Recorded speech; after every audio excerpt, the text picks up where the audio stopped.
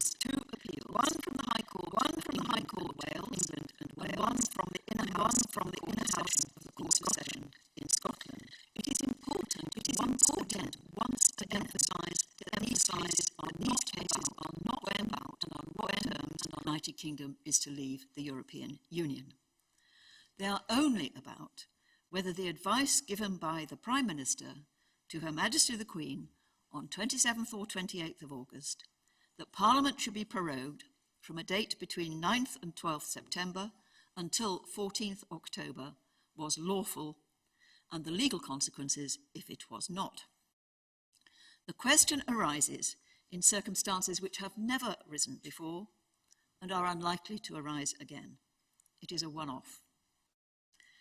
Briefly, the Scottish case was brought by a cross-party group of 75 members of Parliament and AQC on the 30th of July because of their concern that Parliament might be prorogued to avoid further debate in the lead-up to Exit Day on the 31st of October.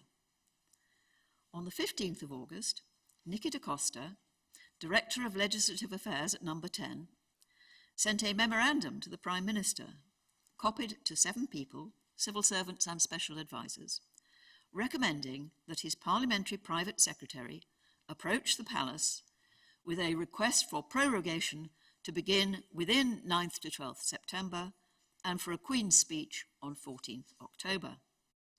The Prime Minister ticked yes to that recommendation. On 27th or 28th August, in a telephone call, he formally advised Her Majesty to prorogue Parliament between those dates.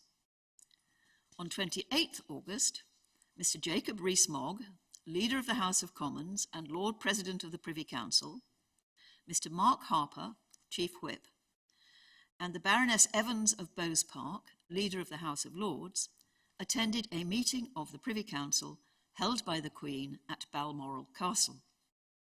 An order in Council was made that Parliament be prorogued between those dates, and that the Lord Chancellor prepare and issue a commission for proroguing Parliament accordingly. A cabinet meeting was held by conference call shortly after that in order to bring the rest of the cabinet, quote, up to speed, end quote, on the decisions that had been taken. That same day, the decision was made public, and the Prime Minister sent a letter to all members of Parliament explaining it. As soon as the decision was announced, Mrs. Miller began the English proceedings challenging its lawfulness. Parliament returned from the summer recess on the 3rd of September. The House of Commons voted to decide for themselves what business they would transact. The next day, what became the European Union Withdrawal No. 2 Act passed all its stages in the Commons. It passed all its stages in the House of Lords on the 6th September and received royal assent on the 9th September. The object of that act is to prevent the United Kingdom leaving the European Union without a withdrawal agreement on the 31st of October. On the 11th of September, the High Court of England and Wales delivered judgment dismissing Mrs. Miller's claim on the ground that the issue was not justiciable in a court of law. That same day, the Inner House of the Court of Session in Scotland announced its decision that the issue was justiciable, that it was motivated by the improper purpose of stymieing parliamentary scrutiny of the government, and that it and any prorogation which followed it were unlawful and thus void and of no effect. Mrs. Miller's appeal against the English decision and the Advocate General's appeal against the Scottish decision were heard by this court from 17th to 19th September. Because of the importance of the case, we convened a panel of 11 justices, the maximum number of serving justices who are permitted to sit. This judgment is the unanimous judgment of all 11 justices. The first question is whether the lawfulness of the Prime Minister's advice to Her Majesty is justiciable. This court holds that it is. The courts have exercised a supervisory jurisdiction over the lawfulness of acts of the government for centuries. As long ago as 1611, the court held that, quote, the king, who was then the government, hath no prerogative but that which the law of the land allows him, end quote. However, in considering prerogative powers, it is necessary to distinguish between two different questions. The first is whether a prerogative power exists, and if so, its extent. The second is whether the exercise of that power within its limits is open to legal challenge.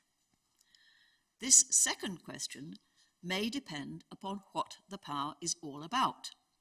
Some powers are not amenable to judicial review, while others are. However, there is no doubt that the courts have jurisdiction to decide upon the extent and limits of a prerogative power. All the parties to this case accept that. This court has concluded that this case is about the limits of the power to advise Her Majesty to prorogue Parliament. The second question, therefore, is what are the limits to that power? Two fundamental principles of our Constitution are relevant to deciding that question. The first is parliamentary sovereignty, that Parliament can make laws which everyone must obey. This will be undermined if the executive could, through the use of the prerogative, prevent Parliament from exercising its powers to make law for as long as it, the executive, pleased. The second fundamental principle is parliamentary accountability. In the words of Lord Bingham, senior law lord, quote, the conduct of government by a Prime Minister and Cabinet, collectively responsible and accountable to Parliament, lies at the heart of Westminster democracy, end quote. The power to prorogue is limited by the constitutional principles with which it would otherwise conflict.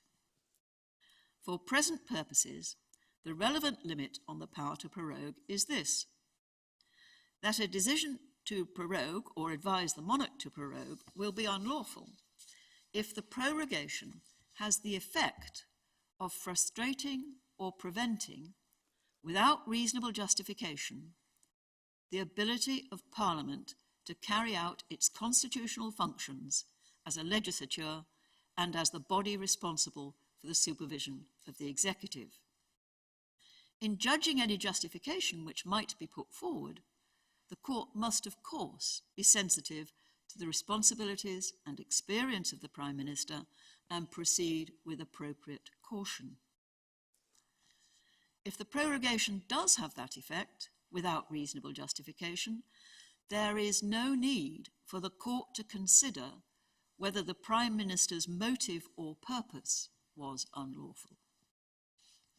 The third question, therefore, is whether this prorogation did have the effect of frustrating or preventing the ability of Parliament to carry out its constitutional functions without reasonable justification.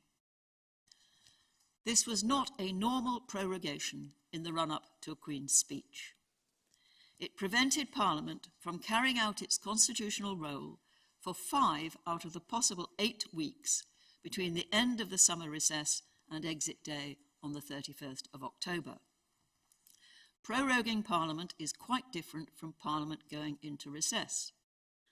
While Parliament is prorogued, neither House can meet, debate, or pass legislation.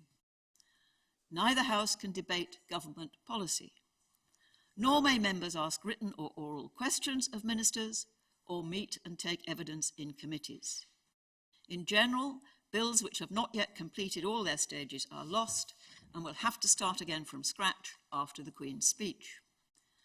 During a recess, on the other hand, the House does not sit, but parliamentary business can otherwise continue as usual. This prolonged suspension of parliamentary democracy took place in quite exceptional circumstances. The fundamental change which was due to take place in the Constitution of the United Kingdom on the 31st of October. Parliament, and in particular the House of Commons, as the elected representatives of the people, has a right to a voice in how that change comes about. The effect on the fundamentals of our democracy was extreme. No justification for taking action with such an extreme effect has been put before the court. The only evidence of why it was taken is the memorandum from Nicky da Costa of 15th August. This explains why holding the Queen's speech to open a new session of Parliament on the 14th of October would be desirable. It does not explain why it was necessary to bring parliamentary business to a halt for 5 weeks before that, when the normal period necessary to prepare for a Queen's speech is 4 to 6 days. It does not discuss the difference between prorogation and recess.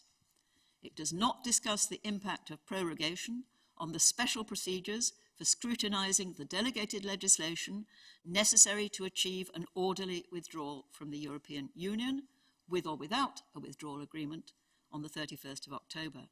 It does not discuss what parliamentary time would be needed to secure parliamentary approval for any new withdrawal agreement as required by Section 13 of the European Union Withdrawal Act 2018. The Court is bound to conclude, therefore, that the decision to advise Her Majesty to prorogue Parliament was unlawful because it had the effect of frustrating or preventing the ability of Parliament to carry out its constitutional functions without reasonable justification. The next and final question, therefore, is what the legal effect of that finding is, and therefore what remedies the Court should grant. The Court can certainly declare that the advice was unlawful. The Inner House went further and declared that any prorogation resulting from it was null and of no effect. The government argues that the Inner House could not do that because the prorogation was a, quote, proceeding in Parliament, end quote, which, under the Bill of Rights of 1688, cannot be impugned or questioned in any court. But it is quite clear that the prorogation is not a proceeding in Parliament. It takes place in the House of Lords chamber, in the presence of members of both houses, but it is not their decision. It is something which has been imposed upon them from outside. It is not something on which members can speak or vote. It is not the core or essential business of Parliament which the Bill of Rights protects. Quite the reverse. It brings that core or essential business to an end. This Court has already concluded that the Prime Minister's advice to Her Majesty was unlawful, void, and of no effect. This means that the order in Council to which it led was also unlawful, void, and of no effect, and should be quashed. This means that when the Royal Commissioners walked into the House of Lords, it was as if they had walked in with a blank sheet of paper. The prorogation was also void and of no effect. Parliament has not been prorogued. This is the unanimous judgment of all 11 justices. It is for Parliament, and in particular the Speaker and the Lord Speaker, to decide what to do next. Unless there is some parliamentary rule of which we are unaware, they can take immediate steps to enable each House to meet as soon as possible. It is not clear to us that any step is needed from the Prime Minister, but if it is, the Court is pleased that his counsel have told the Court that he will take all necessary steps to comply with the terms of any declaration made by this Court. It follows that the Advocate General's appeal in the case of Cherry is dismissed and Mrs. Miller's appeal is allowed. The same declarations and orders should be made in each case. Copies of our full judgment explaining these conclusions and a transcript of this summary will be available immediately after the Court rises, and I urge you all to read them with care. The Court will now adjourn.